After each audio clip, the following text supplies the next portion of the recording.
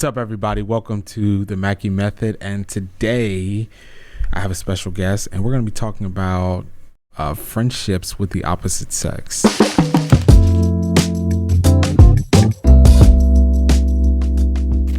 Terresa is a good friend of mine. I'm gonna start it by telling about how I met you.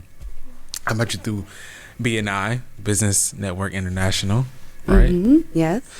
She's with this company as a personal trainer, and since then she has started her own personal training company. We're just really good friends. Yes. And that's something I wanted to talk about with you because how this kind of thing started was I realized that we were talking outside of BNI and we were talking about just life or things in general. And we would just do general checkups. And I had a birthday party. And you came to the birthday party. And my wife says, man, Teresa really looked good at the birthday party. And I was like, ew, Teresa? And I shared that with you. And not because, and when she said that, I realized that my view of women has changed since I've grown, right? Yeah. Yeah. And just being married, having daughters, right? Just being around women that are different in different parts of my life, right? I have sisters, I have a mother. Huh. I realized that, wow, Teresa's my friend. Like, and I don't call everybody friends because I've had people that I consider friends and they weren't friends. But I do consider you a friend of mine. And what's interesting is that you are a technically single woman. And I'm married, and that's a dynamic that is hard for a lot of people to understand. But that's something I want to talk about today with you. I love that. I feel like people do get very, I don't know, wary of relationships when it's opposite sex, when the other person's like single, or I mean, I have a boyfriend, but you're not married, so you're technically, single, and that can cause some issues, but not with us. And that was like the big telling moment too, because we spent a lot of time on the phone. You made me notice, and I was like, well, I didn't realize I was talking to you for so long. But I feel like with relationships like that, when you truly attract them from the place that you're at now, you attract so many amazing friendships, because I wouldn't have met Danielle. And then Marcus said, I own my own company now. Danielle, she designed the logo for it, and I love it so much. And I wouldn't have that. I wouldn't have the logo that I have. I wouldn't have the friendship that I have with you or with Danielle, if I hadn't met you. I feel very fortunate. And that was hilarious. She actually called me sexy. And then Marcus was like, oh. And I was like, that is how I know that man is my brother. That man is my brother. I was like, yes, I think I wanted to high five you so bad. You made me laugh so hard. I was like, that was the best response. I have had interactions with other females or other women, whether they were married or not, and my wife always keeps me aware of this, because me and Danielle got married, and we talked about this on the last podcast. We got married right out of high school. So I don't know if a woman likes me. I don't know if a woman is attracted to me. I don't either. Well, I definitely don't know it because I'm married, right? So well, and you just don't think like that. No, I don't think like that. Right. So Danielle's like, no, she's trying to hit on you. And I'm like, Bert has to tell me the same thing. Oh, I thought that, but I have been in situations that were uncomfortable, where it was like, okay, this is uncomfortable, and I've never felt like that with you, and so typically my rule is just to stay away from women. Oh, funny. I didn't know that. Unless I work with them and there's like a clearly defined thing. I just stay away. Because number one, I don't need to be around women. Right. I enjoy the company of my wife. I enjoy I have daughters, I have sisters, I have plenty of women in your life. Right? Yeah. And my view of women is I respect women, I respect my wife. There's never been any infidelity, so like I respect my wife in that regard, you know what I'm saying? So for me, like, I don't see women as maybe other men, and I'm not trying to bash men, but I don't see women as maybe the way women would assume that men see us. Yes. Yes. Yeah. Yes. I think the cool thing about our friendship is that we have, you know, I met you through business, but it is transformed from that point to like, we don't talk about business anymore. We just, it's like, hey, how you're are you? right. I make fun of you and your boyfriend. And then I make fun of you. You make fun of me. I can't make fun of your wife. My story is a little bit different, though, because I don't really stay away from guys. Mine is that I can't tell when they're flirting with me, and I had to find out the hard way through, like, I don't know, I guess my boyfriend and other people kind of cluing me in that most men are not out there to try to be your friend. And I've noticed that a lot because they'll message me for a while, and I'll think, oh, my God, we're forming a cool friendship. Yeah. And then they'll stop. And then they'll never talk to me again. And I'm like, what'd I do? Nothing. I just didn't do what they wanted, which was never said. Like, no one ever mentioned it. So I actually started realizing, like, that maybe the friends that I had for a while weren't my friends. Yeah. And so as I started meeting, like at the time that I met you was when I decided I needed to pay attention to who my friends were. Yeah. Because it's dangerous. Mm-hmm. You know, you could get put in an uncomfortable situation like I have, because I have 4 brothers and I have 1 sister. So it's not that I got along with men more at all. It's just that I can naturally talk to boys because guys, men, because I grew up with boys, children, you know, brothers, and it's different. Now, this relationship, though, this has kind of eased my heartache from that a little bit, because I've never been the type to be, like, after somebody's man, and it has always been hard for me to have those friendships because people would get suspicious of me, and it gave me a complex for a while. So let me ask you this, because in your line of business, you do interact with men.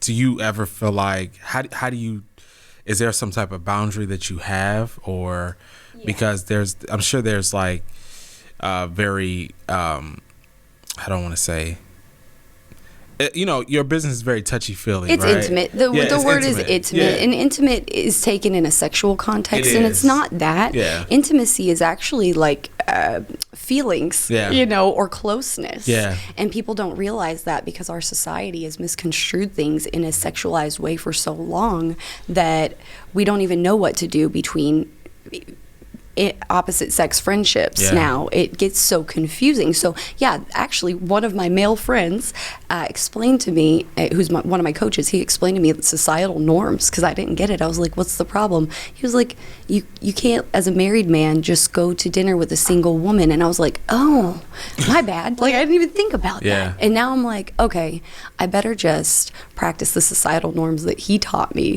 because those actually seem to work the best. There has to be a level of self-control for individuals. Not for me, because I'm not sexually attracted to them. No, I'm not saying you.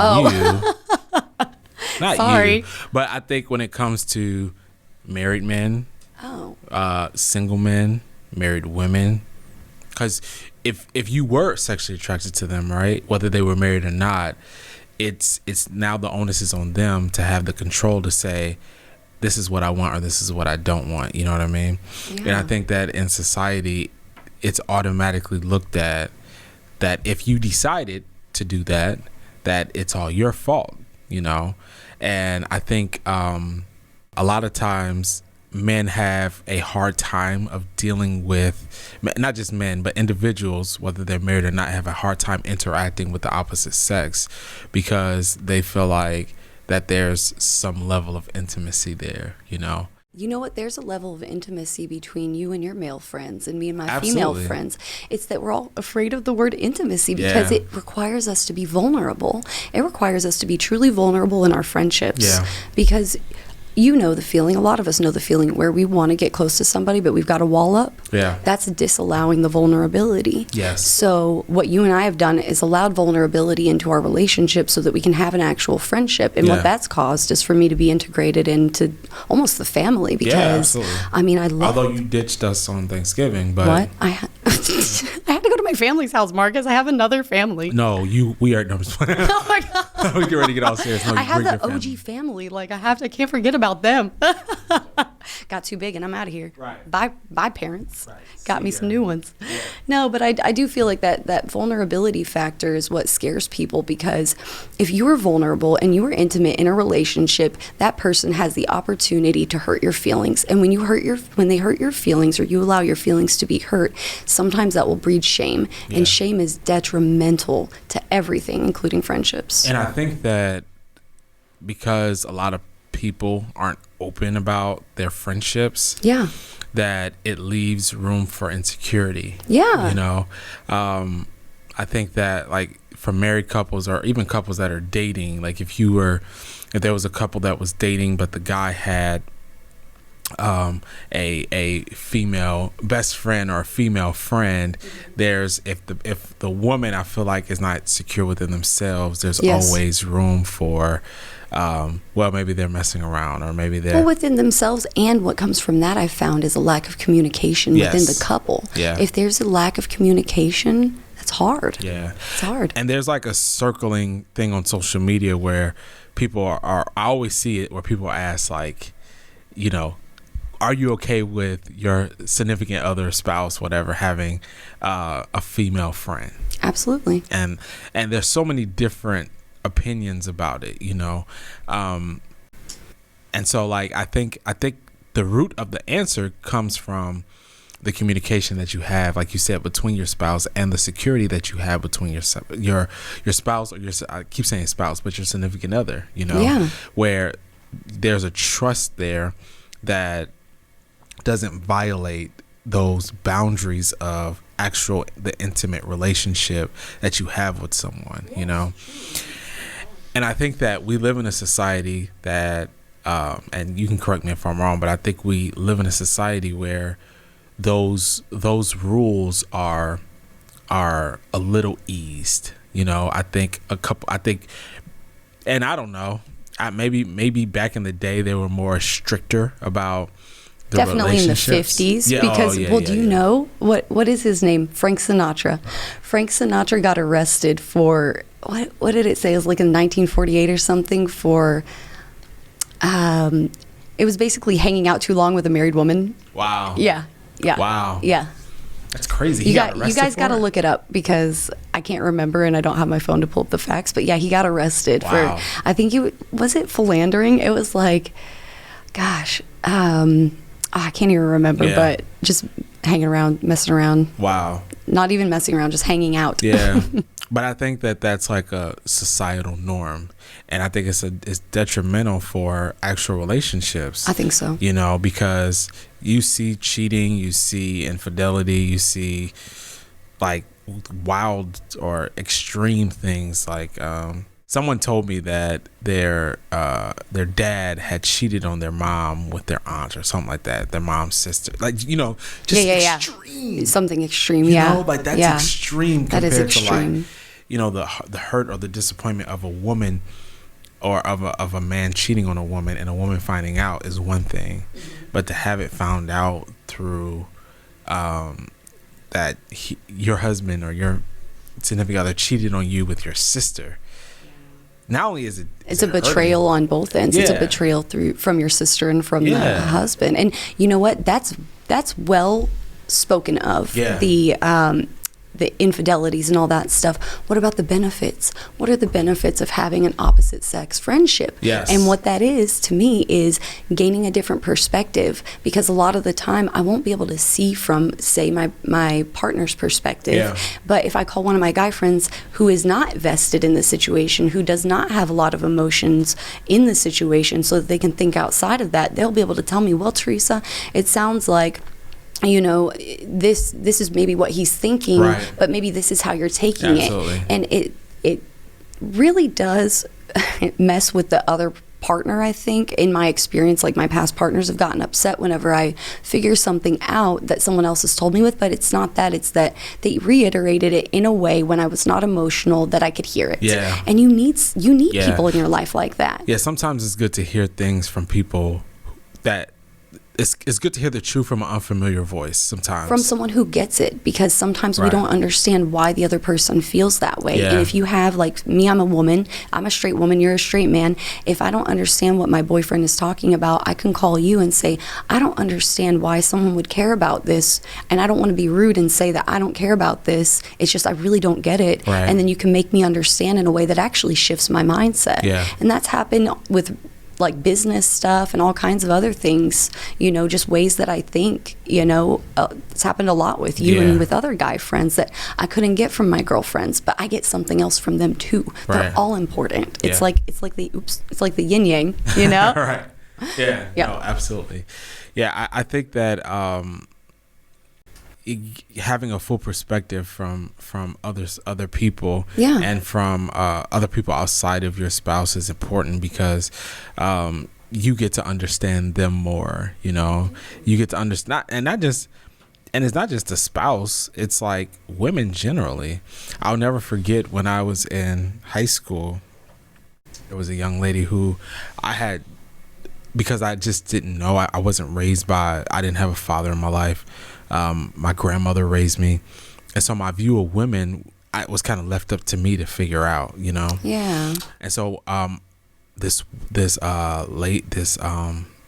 teacher, I had disrespected this young lady, and I'll never forget it. I disrespected her, and I called her something, and I saw the look on her face, and I didn't care. I was a freshman. I didn't Right. care. You know, whatever. And so the teacher pulled me aside and instead of scolding me, explained to me explain to me, you know, how a woman should be treated. That's she's not a hoe, right? Oh, yeah. She's not a hoe, and you don't know what she's done. You don't even know what she's been through. And did you sleep with her? Or you didn't sleep with her? So how do you know she's a hoe? Yeah. That's your sister. That's your sister. And whether she's white, black, Indian, she's a woman that needs and deserves respect, you know.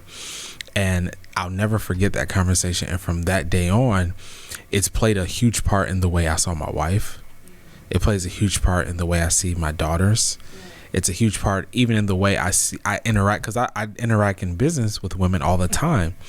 But the way that I see them allows me to associate or deal with them in a respectful way, you know, even when they are disrespectful to me, because that's a reality. Just as much as I'm saying that, I've had women where it's like, you're respectful, but they're being disrespectful to me, and not necessarily in the way of like egregious, but more like, you know, trying to holler and stuff like that. And it's like it's inappropriate. That's what I mean when I say disrespectful, but I still see them as like a brother, or not a brother, as a sister, you know? So I think that's another thing that plagues on these type of interactions and relationships. I know you had and I think this is all important to share, because there are men and women that can benefit from being open to other relationships. And that sounded really bad. Other friendships. Other friendships outside of male friends, you know. Yeah. And that can be appropriate, because, you know, especially when you're getting married, or if you're you know, getting with someone who doesn't understand that, or that's a boundary for certain people. They're just like, you can't have any female friends. Women, you can't have any male friends. You know what I mean? That's kind of going a little bit into like the psychology of things, Yeah. because at that point, I think it's kind of a control issue. And when someone's trying to exercise extreme control over a situation, what they're trying to do is make themselves feel secure in where they're at in that moment, because they intrinsically don't feel, and what you said earlier, what did you say, like sure of themselves or something like that? But I've learned that it's that intrinsic value that they don't feel, because I felt that in the past. But of course, it's also rides on the subconscious. Have they subconsciously made any like remarks or moves or something like that that made you feel like they couldn't be trusted, and then you now have set this boundary where they can't have any female friends? Yes, no, whatever. But I think I feel like you should have boundaries in a relationship, and it's even appropriate, I think, to say, look, don't have dinner with your friends. Have only lunch with them, because then you're out during the day and you reserve the evening for me. But what's really helpful is truly getting to know the partner of your friend. Right. It's important. It's made everything so much easier for me. Anytime I have a male friend, I'm like, please introduce me to your girlfriend. Most of the time I become better friends with the girlfriend than the guy. My bad, guys. But, it's true. Especially in our situation. Like, 100%. You and Danielle are like... I love Danielle, like, so much. Like, and dang. well, I love all my other female friends too. I mean, one of my very good friends, Jeremiah, his wife now, Chloe, who I helped her pick out her wedding dress. Nice. I met her through him. Donovan at the gym, his girlfriend, Kristen, one of the loves of my life. Like, I'm so thankful to receive these invitations to become part of these friendships, because if I hadn't, I wouldn't have so many valuable ones, because now I'm starting to see who the friends are, like you said earlier. It's important, especially for this younger generation, and it's amazing to hear you talk about this, because I think you're one of the very few that gets it. Life, it's because I've lived a lot of life and I've tasted a lot of life, and I mean that in like through very tough situations, and I'm thankful for that, because it's made me appreciate to no end friendship, because I moved around a lot. I went to 20 schools before I graduated high school, 4 in my freshman year, and at some point I became angry and I said, I'm not going to make any more friends. People would look at me and I would give them like the meanest, nastiest look and tell them to leave me alone. I still have some friends from high school. Thanks, guys. I don't know how you do it. Like, I don't know how they were friends with me then. But what came of that was me. You said you had to learn how to treat women. I had to learn how to treat people. Period. I was so mean to everyone. Wow. I don't want to get my heart broken again. Are you kidding? There were so many friends that I was like, I'll start crying if I talk about it, that I had to leave behind just out of nowhere. And it was... my parents were doing their best. I'm not blaming anybody, anything, but that shaped the way that I saw friendship. Everyone was going to leave me. And so now I realized that what I had to do was hurt them first so that they wouldn't hurt me, because then they don't get the chance. And you can't live that way. I couldn't live that way. I felt so depressed. And so I realized I don't have a community. I'm not part of one. And I have been part of a community for a long time, but I only this year now feel like I'm truly part of that community, because I opened that shield, or pulled that whatever I did with the brick wall or whatever that was, you pulled that layer back that wouldn't allow me to feel vulnerability with people, because I was afraid that they were just going to judge me and then cast me away, because that's what had happened, Me growing up without a father, I felt that level of rejection, where it was like you are moving in a way where you can't, you just think everybody's going to leave you. You think everybody's going to abandon you. And it does affect the way you see people, It does. So why was I not good enough for him to stay around, right? Well, because I have my dad, and he's my real dad. No one can ever, I'll fight you on it. But I have a biological father. And I didn't know I had a biological father for like 10 years. Wow. My mom didn't know what to do. She was like, I wanted to wait until you were old enough so you didn't get confused. But it didn't keep me from having those issues where I was like, man, what did I do that he left? And if he hears this will kill him, but I mean, I'm sorry. And it was just my experience. I don't blame anybody. I don't blame I understand how life works now, and I understand that it wasn't about me. But when you're little, everything's about you, because it's so new. You're the reason. Why did they not do this? Because it's something you did, and then you take that with you to now. And absolutely. So I think I've just now learned how to truly be vulnerable and to truly open up and have friendships. And I think you've helped me heal from that, you and Danielle. Really? Yeah, because I told Danielle, I had an experience at the movie theater where I thought I could just be friends with anybody, and 2 people were dating, and the guy asked me to go sit in the movie theater to watch the movie with him while I was waiting for my dad to pick me up. It's that long ago. I'm an adult now, guys. And what happened, his girlfriend at the time is like waiting outside of the room where you go in and clock in and all that stuff, and like seething, and I'm like, what's going on? You okay? And she's like, why were you in there with him? And I was like, he asked me to sit in there to watch the movie while I wait for my dad. And she said, well, did you sit next to each other? And she just grilled me. And I was like, what did I do wrong here? And I didn't. It took me 10 more years to figure out that you have to have boundaries in a relationship. Yeah. If I had told 16-year-old Teresa, just go sit in the lobby and wait for your dad, you don't need to sit in there. Yeah. Because I even told her, he offered me some M&Ms and I love chocolate. I didn't take them because I wouldn't touch his hand.